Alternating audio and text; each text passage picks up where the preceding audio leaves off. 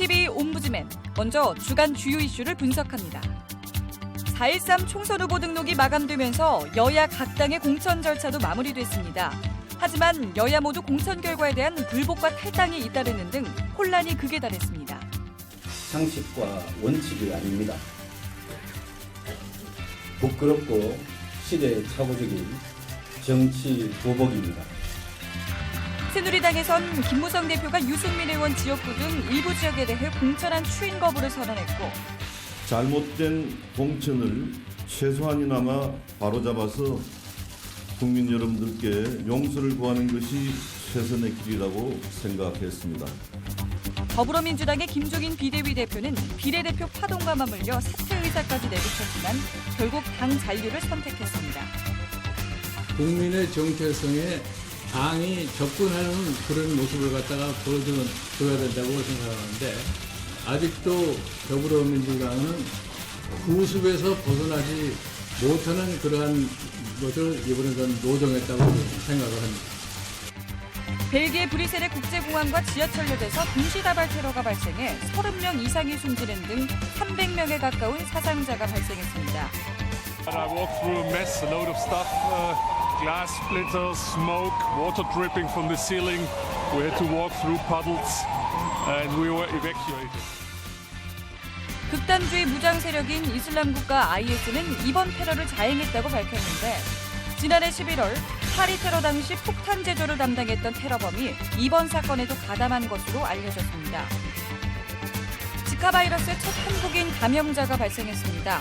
지난달 출장차 브라질을 방문했던 40대 남성 L씨가 지카 확진 판정을 받은 겁니다. 질병관리본부는 L씨를 격리 조치하고 역학조사를 실시했는데, L씨가 귀국 후 헌혈을 하지 않았고 모기에도 물리지 않아 지역사회 전파 가능성은 극히 낮다고 밝혔습니다. L씨는 전반적인 검진 결과 이상 소견이 확인되지 않아 퇴원 조치됐습니다.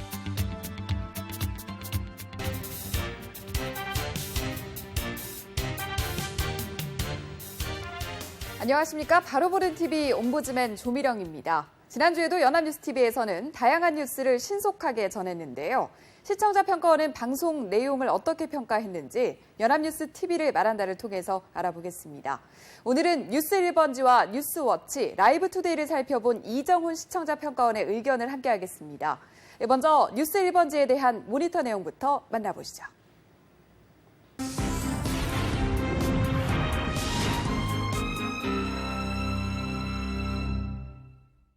따뜻한 봄 햇살이 포근한 한 주였지만 이세돌 구단과 알파고의 화끈한 대국이 마무리된 한 주이기도 했습니다. 이전에 상상할 수 없었던 인공지능의 발전과 인간의 집념을 바라보면서 희비가 엇갈린 시간이었습니다. 같은 시기에 여야 정치권은 4.13 총선을 앞두고 공천을 확정짓기 위해 막바지 행보들이 부산하게 이루어졌던 한 주였습니다. 하지만 공천 과정에서 들려오는 각 당의 파행적 행태들은 국민들의 마음을 착잡하게 만들기도 했습니다.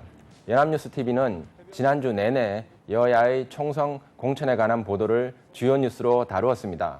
뉴스 1번지에서는 각계 전문가들을 초청해 현재 진행되고 있는 각 당의 총선 공천에 대한 전문가들의 의견과 분석을 상세하게 전달했습니다.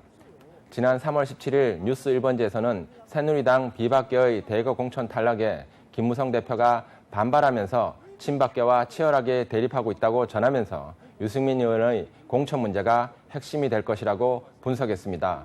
더불어민주당은 이해찬 의원, 전 청래 의원 등의 낙천으로 상당한 후폭풍이 예상되었지만 정청래 의원의 불출마 선언으로 다소 진정되고 있다고 전했습니다. 지난 3월 18일 뉴스 1번지에서는 새누리당의 공천 결과에 대한 김무성 대표의 반박이 정치적 행보로 그칠 가능성이 높다고 분석하면서 낙천된 인사들의 개별적 행보에 대해 예상하였습니다.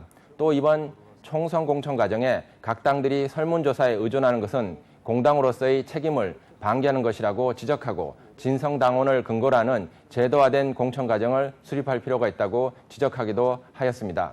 19일 뉴스 1번지에서는 여러 친박 핵심 의원들이 경선 과정에서 탈락했다고 전하면서 유승민 의원에 대한 공천 결과는 다시 연기되었다고 보도하였습니다. 지난 20일 뉴스 1번지에서는 새누리당 현역 의원인 진영 의원이 새누리당을 탈당하여 더불어민주당에 합류했다고 전했습니다. 또 더불어민주당이 비례대표를 발표했는데 김종인 대표가 당선 안정권인 비례대표 2번으로 자신을 공천했다고 전했습니다. 지난주 연합뉴스TV는 각 당의 총선 공천 관련 소식을 매우 높은 비중을 가지고 보도하였습니다. 관련 뉴스의 상당 부분은 여당과 제1야당인 더불어민주당의 공천 과정을 중점적으로 분석하면서 정치 전문가와 설문조사 전문가, 학계 전문가 등이 다양한 분석이나 예상을 보도하였습니다. 새누리당의 진박 마케팅이나 더불어민주당의 김종인 비대위 대표의 독단적인 공천 과정에 대한 문제점을 지적하기도 하고 관련한 여론의 추이에 대한 분석을 제시하기도 했습니다. 특히 공천 막바지에 김종인 대표가 더불어민주당의 비례대표 2번에 자신을 공천하고 당선 안정권 순위에 김종인 비대위 대표의 인맥을 많이 공천한 부분을 주목했습니다. 총선이 얼마 남지 않은 시점인 지금 각 당의 공천 관련 뉴스는 현실적으로 가장 뜨거운 뉴스인 것은 사실입니다. 하지만 모든 총선 뉴스를 공천 과정에 집중하는 것이 필요한 것인가라는 점은 반드시 짚고 넘어가야 할 부분이라고 생각합니다. 특히 모든 공천 뉴스를 각 당의 계파 간의 주도권 싸움으로만 해석하는 것이 얼마나 유권자들에게 도움이 될 것인지는 매우 회의적인 부분이라고 할 수 있습니다. 여당과 제1야당의 유감스러운 행태에 대한 비판만을 반복적으로 제시하기보다는 그 외의 선택지에 대한 설명과 관심을 유도하는 것은 시기적으로 필요한 보도였습니다. 단순하게 정치에 대한 양비론을 재생산하는 것만으로는 유권자들에게 합리적인 선택의 대안을 제시하지 못합니다. 그리고 이러한 보도 행태는 결국에는 국민들에게 정치적 혐오감만을 강화하게 될 것이라는 점에서 매우 유감스러운 보도 형태라고 할 수 있습니다. 뉴스 1번지를 살펴본 이정훈 시청자 평가원의 의견을 함께 하셨는데요. 뉴스워치와 라이브투데이는 또 어떤 평가를 받았는지 만나보시죠.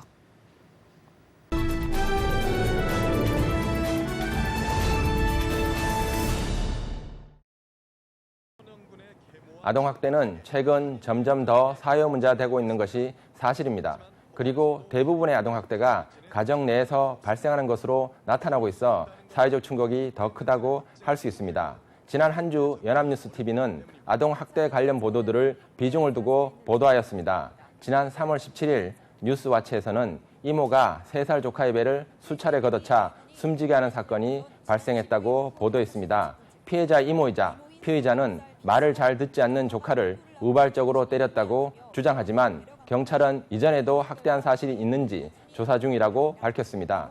지난 3월 18일 뉴스와치에서는 인천의 11세 소녀 부모 학대 사건을 계기로 시작된 장기 결석이나 미취학 초중생을 대상으로 전수조사 결과 초등학생이 6,700명, 중학생은 980명에 달했다고 전했습니다. 이 중 의심이 가는 286명을 대상으로 경찰이 소재를 파악한 결과 19명의 소재는 여전히 불분명하다고 보도했습니다.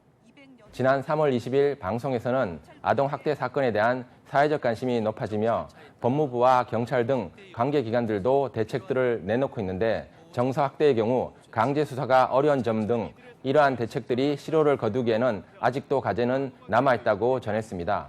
비록 아동학대 문제가 이전과 비교해서 높은 사회적 관심을 받고 있지만 일반적으로는 여전히 사회적 문제라기보다는 개인적인 가정사로 인식되고 있는 것이 사실입니다.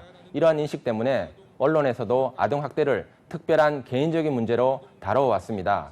이러한 인식을 바꾸기 위해서 언론들은 아동학대의 문제들이 소수의 가정에서 발생하는지 아니면 특정한 사회적 환경에 있는 가정에서 구조적으로 발생하는 것인지에 대해 보다 분석적이고 심층적인 보도가 필요합니다. 정부 당국이 발표하는 파편적인 정보만을 인용해서 단순 보도하는 것이 아니라 현재 관리체계나 모니터링을 책임지고 있는 정부 당국이 간과하고 있는 부분이 없는지를 보다 비판적으로 살펴볼 필요가 있습니다. 연합뉴스TV에서는 아동학대에 대한 사회적 인식을 보다 적극적으로 바꾸고 해결 방안을 논의하고 제시할 보도를 할 의무가 있습니다. 연합뉴스TV는 지난주 실업률, 특히 청년 실업률에 대한 보도를 하였습니다. 장기간 불황이 이어지면서 전반적으로 구직이 어려워지고 특히 청년 실업률이 높아지고 있는 현실에 대한 보도를 하였습니다. 지난 3월 16일 라이브투데이는 경제정책의 중점을 성장률 관리보다 일자리에 두겠다는 정부의 방침에도 불구하고 실업률은 지난 6년 만에 최고로 상승하고 청년 실업률도 역대 최고로 치솟았다고 보도하였습니다. 지난 3월 17일 라이브투데이에서는 경제지표와 최강 경기가 맞아떨어지는 경우가 많지 않은데 주변뿐만 아니라 정부 통계상으로도 청년 실업률이 역대 최고치를 기록했다고 전했습니다. 이날 보도에서는 우리 정부가 채택하는 실업률 지표를 간단히 설명하면서 외국과는 다른 방식이라 언급했습니다. 또 정부 실업률 지표는 4.9%이지만 체감 실업률은 12.3%라고 설명하면서 서민들은 보다 시급한 대안을 기대하고 있다고 보도하였습니다. 일반적으로 경제 뉴스는 시청자들이나 일반 시민들이 어려워하는 주제라고 할 수 있습니다. 따라서 경제 관련 뉴스를 보도할 때는 보다 명확하고 분명하게 요지를 제시하고 설득력 있는 주장을 제시할 필요가 있습니다. 지난주 실업률 관련 보도는 정부의 실업률 발표와 맞물려 시기적절한 후속 보도라고 할 수 있습니다. 특히 실업률이 지속적으로 상승하고 있고 이에 대한 정부의 인식이나 반응도 적극적이지 않다는 인식이 늘어나는 시점에서 더욱 필요한 보도였습니다. 하지만 보도의 전반적인 수준은 매우 아쉬운 보도였다고 할 수 있습니다. 16일 뉴스의 서두에 높은 실업률의 원인을 언급했는데 실제 보도 내용에서는 간론 내용이 전혀 포함되어 있지 않고 실업률의 변화 추이만 간단히 언급하는 데 그친 것은 전형적인 용두사미 보도 형태라고 할 수 있습니다. 17일 보도는 전반적인 뉴스의 요지가 파악하기가 매우 어려운 뉴스라고 할 수 있습니다. 예를 들어 뉴스에서 정부 공식 실업률을 언급한 이유가 해당 지표에 대한 단순한 개념적 설명을 하고자 하는 것인지 아니면 비판적 지적을 하고자 하는 것인지 불분명했습니다. 특히 우리 정부가 제시하는 실업률은 4.9%이고 이 정도 수치는 선진국에서는 완전 고용을 의미하는 치수라고 보도했습니다. 또 정부 공식 실업률은 4.9%인데 체감 실업률은 12.3%라고 보도했습니다. 이러한 차이가 어떤 의미를 가지는지에 대한 설명도 없고 그냥 그렇다는 식의 보도는 시청자들을 오히려 혼란스럽게 할 수 있습니다. 연합뉴스TV는 광범위한 주제와 이슈를 다루게 되는 것이 사실입니다. 현실적으로 매우 어려운 주문일 수 있지만 다양한 주제를 다루면서도 단순한 인용 보도의 수박 겉핥기식의 보도를 지향하고 보다 심층적이고 비판적으로 다루어 시청자들에게 통찰과 이해를 가져올 수 있는 뉴스 보도를 목표로 해야 할 것입니다. 지금까지 연합뉴스TV의 프로그램 중 뉴스와치와 라이브투데이를 중심으로 살펴본 내용을 말씀드렸습니다.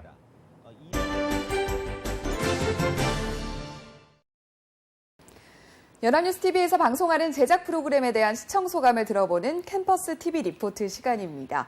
오늘은 미니 다큐 오늘을 살펴본 숙명여자대학교 식품영양학과 윤수빈 학생 나와 있습니다. 어서 오세요. 안녕하세요. 네, 미니 다큐 오늘을 모니터했다고 들었는데 어땠나요? 네, 지난주에는 홍대 앞에 위치한 빨래방에 오늘이 방송됐는데요. 간절한 꿈을 품고 상경한 젊은 뮤지션들과 외국인 여행객, 신혼부부 등이 다양한 사람들이 빨래방을 찾는 모습이 소개됐습니다. 특히 빨래방을 단순히 빨래하는 장소로 제한하지 않고 다양한 사람들의 사연이 오가는 곳으로 표현해서 신선하고 새로웠습니다. 네, 그러면 지난 19일에 방송된 미니 다큐 오늘에 대한 모니터 내용 자세히 전해주시죠. 네, 미니 다큐 오늘은 우리가 미처 몰랐던 사회, 문화, 경제 등 다방면의 오늘을 조명하는 프로그램인데요. 자세한 모니터 내용 지금부터 전해드리겠습니다.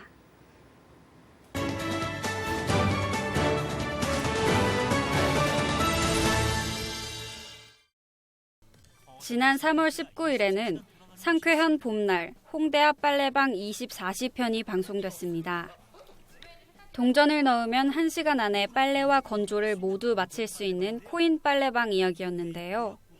현대판 빨래터를 찾는 가지각색의 사연을 가진 사람들이 소개됐습니다. 가장 먼저 홍대에서 공연하는 밴드팀이 등장했는데요. 음악을 향한 오랜 꿈을 이루기 위해 상경했지만 반지하에서 지내는 탓에 빨래가 제대로 마르지 않아 매주 빨래방을 이용한다는 사연이 소개됐습니다. 기다리는 시간 있잖아요. 그것 때문에 낭비할 수도 있으니까 이렇게 기타로 들고 와서 기타 연습도 하고 그러는 것 같아요. 밴드팀답게 공연 의상은 건조기에 넣지 않고 따로 말리는 모습에서 자신이 하는 공연과 음악에 대한 열정을 엿볼 수 있었습니다. 이어서 애지중지하던 가죽 재킷을 입고 무대에 선 모습도 방송됐는데요. 힘든 현실 속에서도 꿈을 향해 나아가는 3명의 멋진 모습에 박수가 절로 나왔습니다. 다음 손님으로는 빨래를 기다리며 도란도란 이야기를 나누는 외국인 2명이 소개되었습니다. 열흘 일정으로 한국을 찾은 일본인 관광객들이었는데요.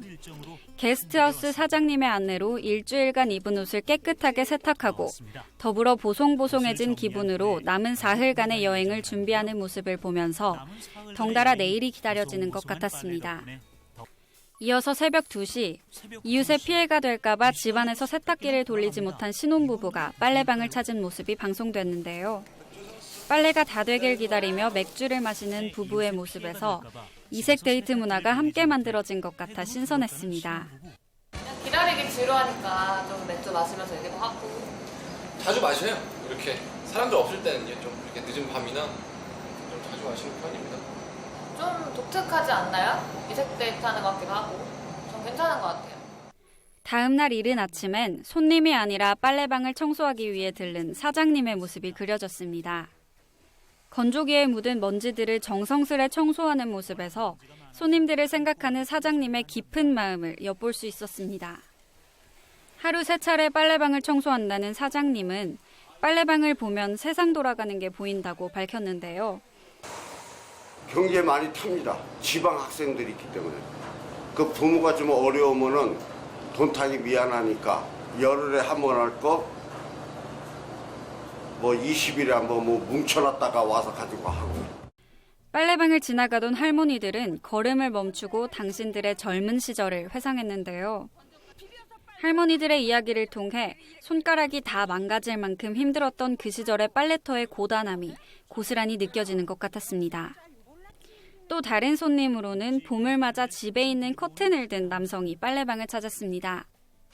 맞벌이를 하는 아내와 집안일을 나눠 하고 있다고 말했는데요. 아내가 집안일을 다 하려고 하니까 힘들더라고요. 그래서 무거운 일이나 힘이 필요한 일, 그리고 부피가 큰 일, 이런 일은 제가 도맡아서 하고 있어요.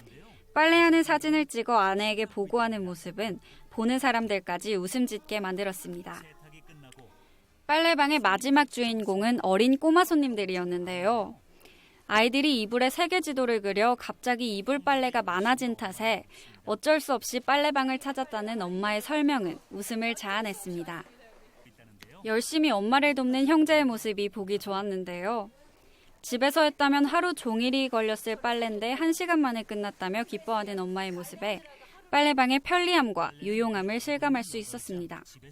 다만 모든 이용자들이 빨래방에 만족한다는 이야기만 반복되면서 지나치게 빨래방의 좋은 모습만 부각시키려는 것 같아 조금 부담스러운 생각이 들기도 했습니다. 하지만 하나의 장소를 찾은 다양한 사람들의 이야기를 풀어가는 방식은 흥미로웠는데요. 앞으로도 일상 속에 숨겨져 잘 보지 못했던 다방면의 오늘을 더 많이 소개하여 보는 사람들의 마음을 울릴 수 있는 프로그램이 되길 기대하겠습니다. 지금까지 캠퍼스 TV 리포트였습니다.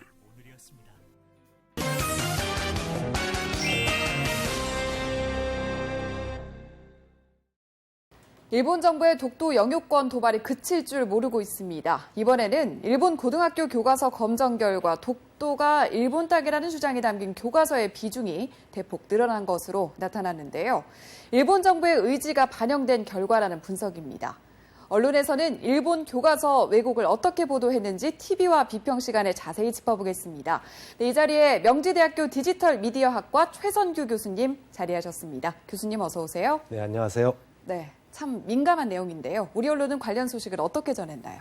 네, 지난 18일 일본 정부가 고등학교 교과서에 대한 검정 결과를 발표하고 나서 우리 언론들도 이를 주요 뉴스로 이제 보도했습니다. 네.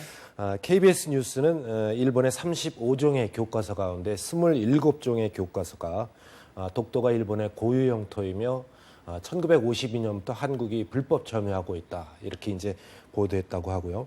군 위안부 문제에서도 모집된 여성들이 위안소로 보내진 적도 있다라는 네. 애매한 표현을 써서 위안부의 강제 연행을 인정했던 4년 전보다 크게 후퇴했다, 이렇게 보도했습니다. 그리고 일본의 새로운 교과서에는 아베 정부의 이 새로운 영토와 새로운 역사 인식이 그대로 반영돼 있다, 이렇게 평가를 했고요. 네.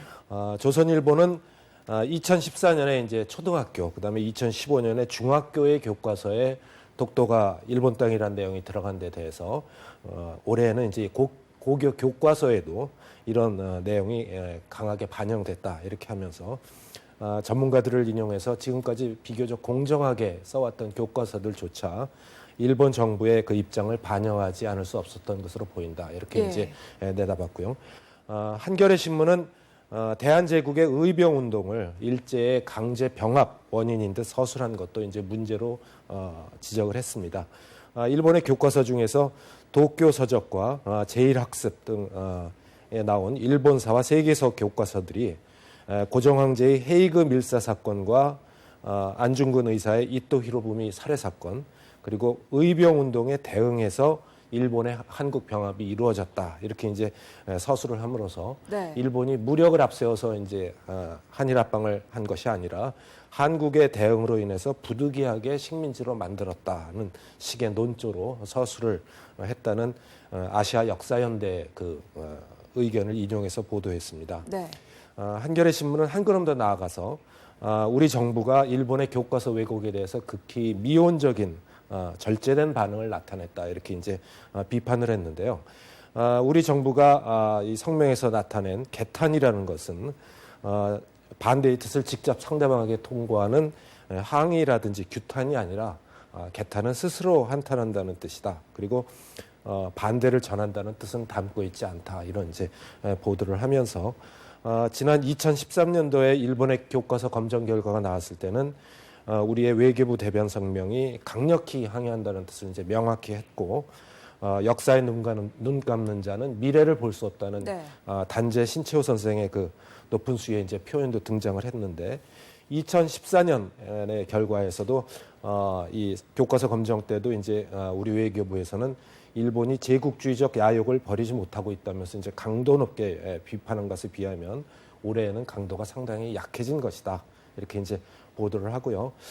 정부의 이런 미약한 대응이 지난해 연말에 있었던 한국 정부와 일본 정부의 일본군 위안부 합의 이거는 이제 성과로 규정하는 것과 그다음에 최근에 발생한 북한 핵 문제에 대해서 한미일의 이제 제재가 이제 공조 분위기가 상당히 중시되고 있는데 그런 공조 분위기를 중시하고자 하는 청와대의 뜻이 강하게 반영된 결과라고 풀이했습니다. 네, 일본 언론의 논조는 조금 다르지 않을까라는 예상도 드는데요. 일본 언론에서는 이 내용을 어떻게 보도했는지도 좀 전해주시죠. 네, 일본 언론에서도 이 뉴스를 주요 뉴스를 보도를 했는데요. 니혼 게이자이 신문은 일본의 초중학교에 이어서 고등학교 교과서까지 독도가 자국 영토라고 이제 주장을 실은 교과서가 이제 나오게 됐다고 하면서 이런 영토 관련 기술이 늘어나게 된 것은 일본 정부의 의지가 강력하게 반영된 결과라고 이제 풀이를 했고요. NHK 방송은 일본의 현대사 교수들을 인용을 해서 교과서는 중립적 입장에서 집필해야 되지만 일본 정부가 역사관과 해석을 떠넘겼다 이런 이제 의견이 적지 않다면서 정부의 뜻에 따라서 교과서를 검정하면 다양성과 유연성을 잃을 수 있다라는 비판적인 시각을 나타냈습니다. 보통 NHK 공영방송은 일본 정부의 영향을 많이 받는 것으로 알려져 있는데 이런 NHK가 일본 정부에 대해서 비판적인 태도를 취한 것이 좀 특이해 보입니다. 교토통신은 역사를 바라보는 시각은 다양성이 중요한데 획일화됐다고 이제 지적을 하면서도 한편으로는 일본과 중국 그다음에 한국 간의 전후의 이제 국가 간 보상 문제는 이미 다 해결이 됐고 독도와 센카쿠 열도 등 이 분쟁 지역이 일본 고유의 영토라는 걸 고유의 영토라고 하는 것이 정부의 견해임을 학생들이 아는 게 중요하다 이렇게 해갖고 일본 정부의 입장을 또 옹호하기도 했습니다. 또 일본의 대표적인 극우 계열 매체인 산케이 신문은 분석 기사를 냈는데요. 예전보다 한국의 항의 수위가 굉장히 낮아졌다 이렇게 평가를 했습니다. 한국의 외교부가 독도를 일본 땅이라고 기술한 교과서에 대해서 비난하는 성명을 발표하긴 했지만 그 이전에는 뭐 도발을 감행했다, 강력하게 규탄한다 등의 이제 그런 표현을 사용했지만 이번에는 개탄한다라는 표현으로 누그러뜨렸다고 이제 평가를 하고요. 이렇게 된 배경으로 지난해 말 있었던 한일 간의 일본 위안부 합의 때문에 한국이 역사와 영토 문제에 있어서 대립이 격화되는 것을 이제 피하고 싶은 의향으로 보인다고 이제 해석을 했습니다. 네. 또 한국 외교부가 지난해 이제 중학교 교과서 검정 결과가 발표된 후에는 주한 일본 대사를 불러서 항의했지만 이번에는 일본 대사가 아니라 주한 총괄 공사를 이제 부른 것도 항의의 수위가 낮아진 하나의 근거로 제시를 하였습니다. 네, 교수님. 이렇게 한일 간의 역사나 영토와 관련된 사안 같은 경우는 워낙에 좀 민감한 사안이기 때문에 언론에서도 객관성을 유지하기가 참 쉽지 않을 것이다라는 생각이 들거든요. 이번 사안을 두고 언론은 객관성을 잘 유지했는지 이 부분도 좀 짚어주실까요? 네. 한일 간의 이런 민감한 사안을 이제 보도하는 데 있어서 그동안 우리 언론이나 아니면 일본의 언론 모두 다 객관적 시각을 유지하지 못했던 것이 사실입니다. 네. 그런데 이번에 이제 일본 교과서의 왜곡 보도에 있어서는 대부분의 언론들이 어느 정도 객관적 시각을 유지하면서 보도하고 있는 것으로 평가됩니다. NHK 방송은 이번 일본의 교과서 왜곡을 이제 보도하면서 일본 정부에 대해서 이제 비판적인 견해를 나타냈는데요. 정부의 검정을 통과한 일본 고교 역사 교과서에서 일본이 명성황후를 계획적으로 살해했다는 사실이 처음으로 명시됐다. 이런 그 뉴스도 보도를 했습니다. 일본 고등학교에서 가장 높은 점유율을 기록하고 일선 학교에서 활용되고 있는 야마카와 출판사의 이제 교과서가 일본의 그 주 조선공사가 궁궐을 점거하고 명성황후 시해 사건을 일으켰다. 이렇게 이제 기술을 했는데요. 일본의 교과서가 명성황후 시해가 당시에 일본의 계획적인 그 범행이었다는 것을 명확히 기술한 것은 이번이 처음이라고 합니다. 네. 물론 산케이 신문과 같이 이제 우리의 대응을 비하하며 비꼬노투에 이제 보도를 한 것도 있습니다만은 그 신문은 원래 좀 극우적인 입장의 신문이고요. 우리나라의 일부 신문에서는 이제 뭐 일본 정부의 교과서 왜곡이 자국의 젊은 학생에 대한 역사 테러라는 극단적인 표현을 쓰거나 또 잘못된 위안부 합의를 한 우리 정부의 책임이 있다. 이렇게 이제 비난을 하는 언론도 있었습니다만은 대부분의 언론들은 일본 아베 정부의 수정주의 역사관을 비판하며 이를 네. 규탄하는데 초점을 맞추었습니다. 네, 앞으로 관련 사안을 전할 때 우리 언론은 어떤 점을 꼭 기억해야 되는지도 끝으로 짚어주시죠. 네, 지난 2013년인 3년 전부터 이 한일 관계가 이제 급속히 악화되었는데요. 정치권에서는 국내 현안이나 갈등이 있을 때 일부러 외교적 분장을 조장을 해서 애국심에 기대서 그 지지를 이끌어오리려는 그런 시도를 하곤 합니다. 그래서 이런 국가 간의 갈등을 부추겨서 정치적 이익에 그 이용을 하려고는 하는데 네. 그런 정치적 움직임이 있을 때 언론도 그대로 따라가는 것이 이제 나타나기도 합니다. 근데 우리나라 국민의 대부분이 이 한일 간의 갈등이 정상적인 국가 간의 그 갈등보다 더욱 강하고 또 특별한 것으로 인식하는 데 있어서는 분명 내셔널리즘을 부추기고 양국 간의 갈등을 조장하는 우리 언론이나 일본 언론의 책임도 있다고 보여지는데요. 국민 감정에 직접 영향을 주는 언론은 정상적인 외교 관계의 설정에 있어서 매우 중요합니다. 네. 한일 양국의 언론 모두가 정확성, 균형감 있는 저널리즘의 원칙을 회복하고 한일 관계가 특수 관계가 아니라 갈등도 있고 명암도 있는 보통 관계로 이해하려는 그런 자세가 필요하다고 보입니다. 네, 교수님 오늘 말씀 여기까지 듣겠습니다. 고맙습니다. 네.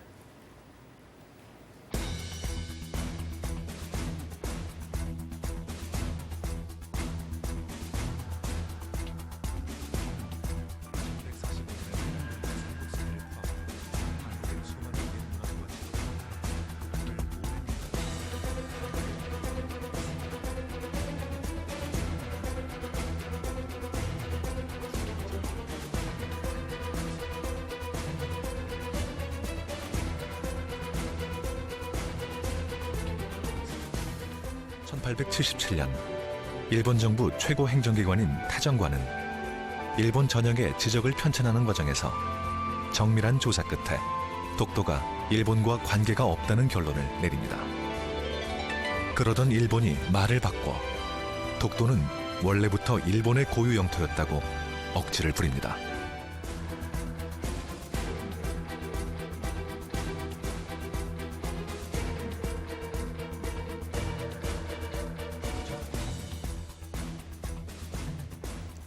저희 제작진은 언제나 시청자 여러분의 다양하고 소중한 의견을 기다리고 있습니다. 방송을 보고 느낀 소감을 전화나 시청자 게시판 그리고 SNS로 보내주시기 바랍니다. 바로 보는 TV 옴부즈맨 오늘 방송은 여기까지입니다. 시청해주신 여러분 고맙습니다.